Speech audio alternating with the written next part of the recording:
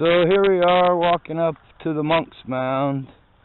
14 acres of dirt, bigger than any other structure ever built.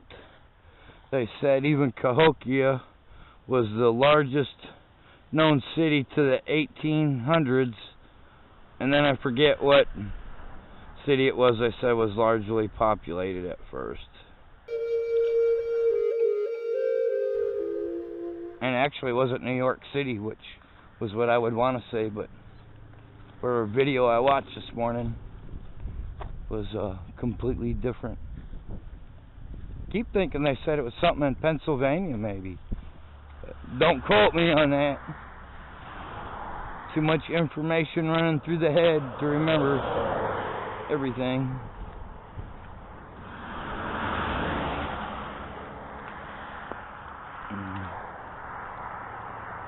Yeah, you're gonna slow down, buddy. I don't really run, so.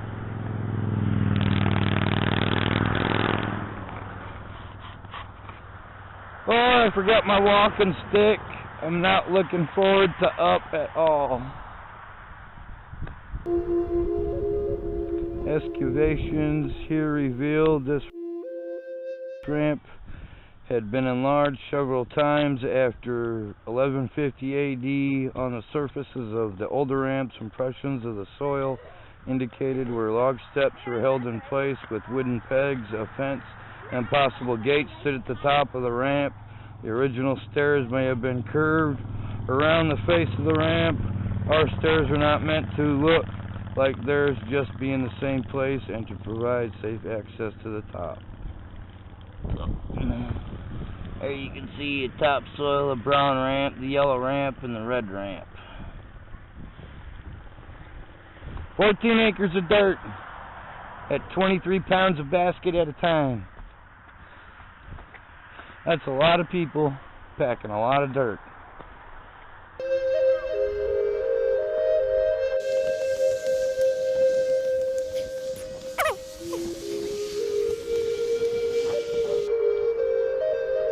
Holy fuck.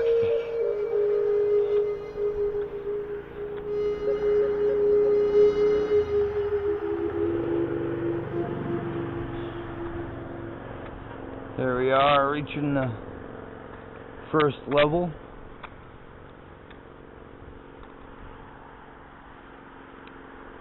They call it a Monks Mound though, because way back in the day some monks actually built a monastery on it. But they believed it's where the main rulers of Cahokia culture lived at, where all the other big mounds, there's some down that way and some way back behind us, there were a lot of the other like head honchos out of the neighborhood, or what. I mean, they were so large I said the place had neighborhoods basically.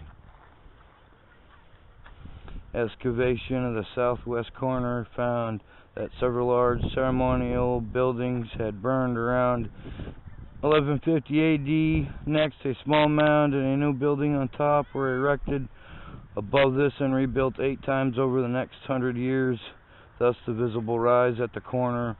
In the 1730s, French priests built a chapel at this location for the Cahokia subtribe, the Illinois Illinois, if I pronounce that right, nation, who had came to visit this area in the early 1600s. After the site had been abandoned, several were buried near the chapel with French trade goods, and apparently they had a village on the first terrace from about 1735 to 1752. Pigs from us there, eat the grass hut.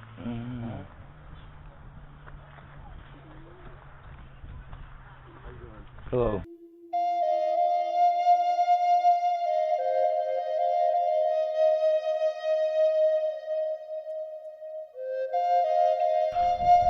Oh.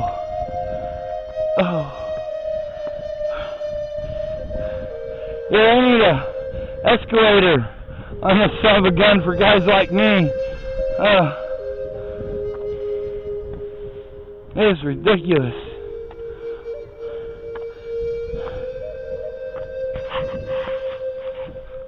I don't do well with stairs. And this is a lot of stairs. A lot of stairs.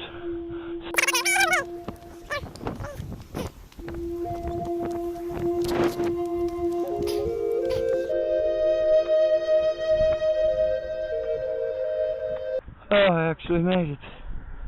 Holy cow.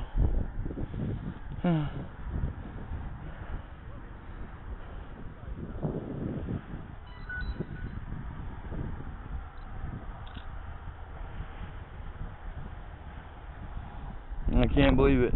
3 more steps and I made it.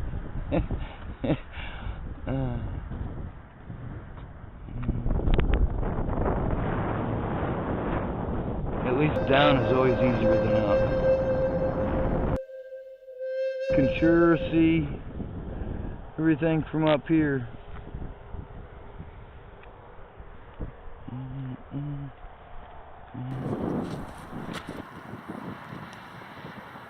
See, this is what we're on right now, the first terrace. And then, like, there's a museum we went in. There's the twin mounds. Way back here would have been Mound 72. And you have these other different mounds. Yeah, this mounds here has steps on them. Here's a couple more conical mounds. A big platform mound.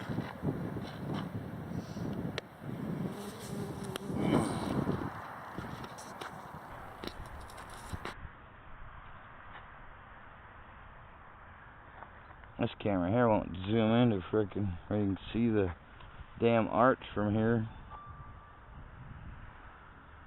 Maybe this one, yeah.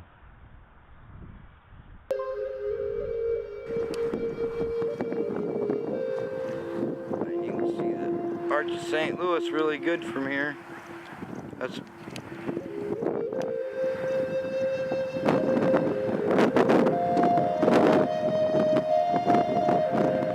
the normal of my view right now. Right there.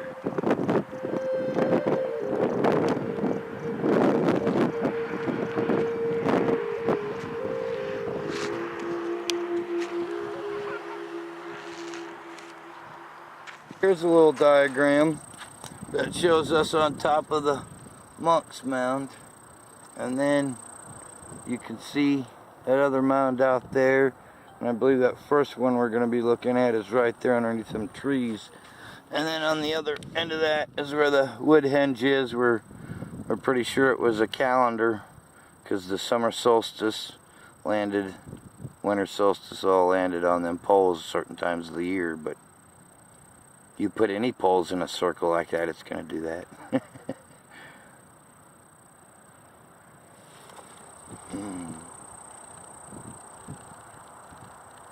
Killer spot.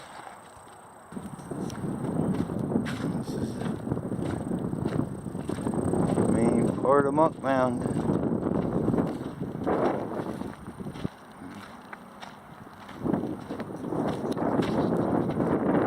Got some kind of old fort kind of stuff built on there.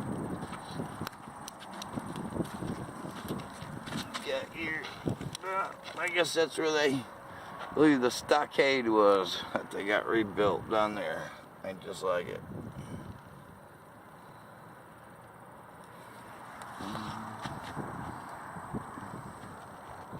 A lot of dirt. This is, just by guess,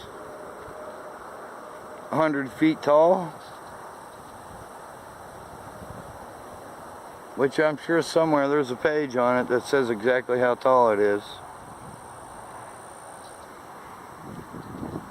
Man, that's a lot of dirt to pack.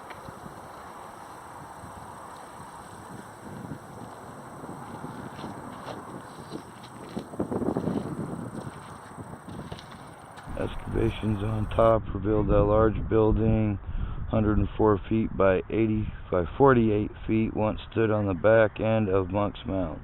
Large pits in the center held posts supporting the roof, which had been 40 foot tall. A fenced courtyard surrounding the building and large posts stood in front of it. The western side of the building was damaged when the west side of the mound collapsed. From there, the paramount chief would have been governed Cahokia and the surrounding region and held important rituals and ceremonies. The building was later dismantled and several feet of soil covered the location, forming slightly higher fourth terrace. And that's that excavation map of the last temple and the fourth terrace and courtyard fence.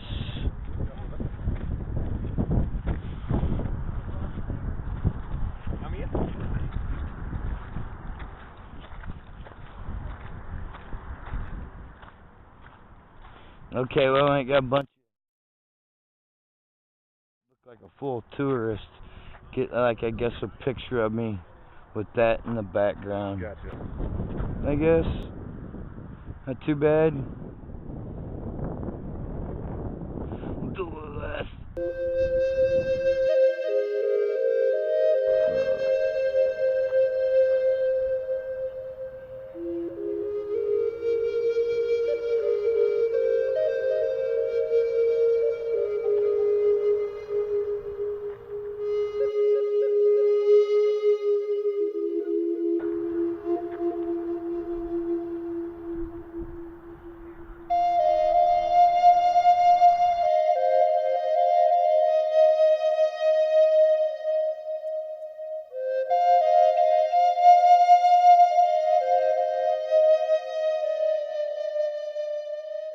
The one video I watched this morning that I liked, it had like an old, an elder in it, and he's talking about it and talking about, how they worship the sun or whatever, but they worshiped what was beyond the sun, because the Creator created the sun and everything else, and it was actually always worshiping the great Creator, not just the sun itself.